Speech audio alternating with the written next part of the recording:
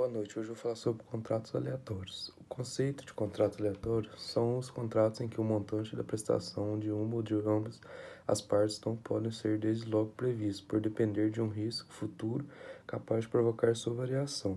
A classificação deles são bilateral e oneroso, em que pelo menos um dos contratantes não pode antever vantagem que recebe em troca da prestação fornecida. Existem duas categorias de contrato aleatório por natureza e contrato acidentalmente aleatório. O contrato aleatório por natureza é exemplo de seguro, jogo e aposta. Por exemplo, um jogo de aposta da Mega Sena, você aposta, X valor você paga no bilhete, e você não sabe se vai ganhar, se vai ficar rico. Esses contratos são eminentemente de natureza de risco. Já nos contratos acidentalmente aleatórios, existe um contrato chamado venda aleatória, que é conhecido como venda da esperança.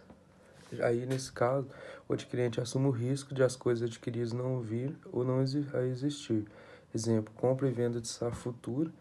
Ele assume o risco de nada receber se o vendedor nada colher. Por exemplo, o vendedor pode colher bastante e ele lucrar, ou senão ele não pode colher nada e ele ter que ficar com prejuízo e pagar o valor determinado pela safra futura que ele tinha comprado. Já na venda da coisa esperada, conforme fala o artigo 459, se for aleatório por ser o objetivo dele, coisas futuras tomam o adquirente a si o risco de virem a existir, em qualquer quantidade. Terá também direito alienante a todo preço, desde que sua parte não tiver concorrido culpa, ainda que a coisa venha a existir em quantidade inferior à esperada. Parágrafo 1 fala, se da coisa nada vier a existir, alienação não haverá. O alienante restituirá o preço recebido. Então, na venda da coisa esperada, a coisa tem que existir. Por exemplo, eu compro 100 sacos de café e eu já efetuo o pagamento, os 100 sacos de café deverá existir. Boa noite. Continuando o assunto contratos aleatórios, o artigo 460 do Código Civil nos traz aqui que, se for aleatório o contrato por se referir a coisas existentes, mas expostas a risco assumido pelo adquirente, terá igualmente direito alienante a todo o preço, posto que a coisa já não existisse, em parte ou de todo, no dia do contrato. O que esse artigo ele quer nos dizer? Que, em regra, isso é até tratado nos artigos 234 e 35 do Código Civil também, que, em regra, em caso de deterioração ou perda da coisa, a responsabilidade de arcar com o preço da coisa é sempre do adquirente. Aliás, do alienante por estar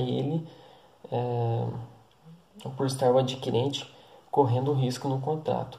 Mas o artigo 460 ele nos traz aqui que no dia do contrato, se a coisa se deteriorar ou se perder sem que o alienante tivesse o conhecimento da perda ou deterioração da coisa, terá também o alienante direito ao preço, e aí em tese não seria o alienante que teria que arcar com o prejuízo.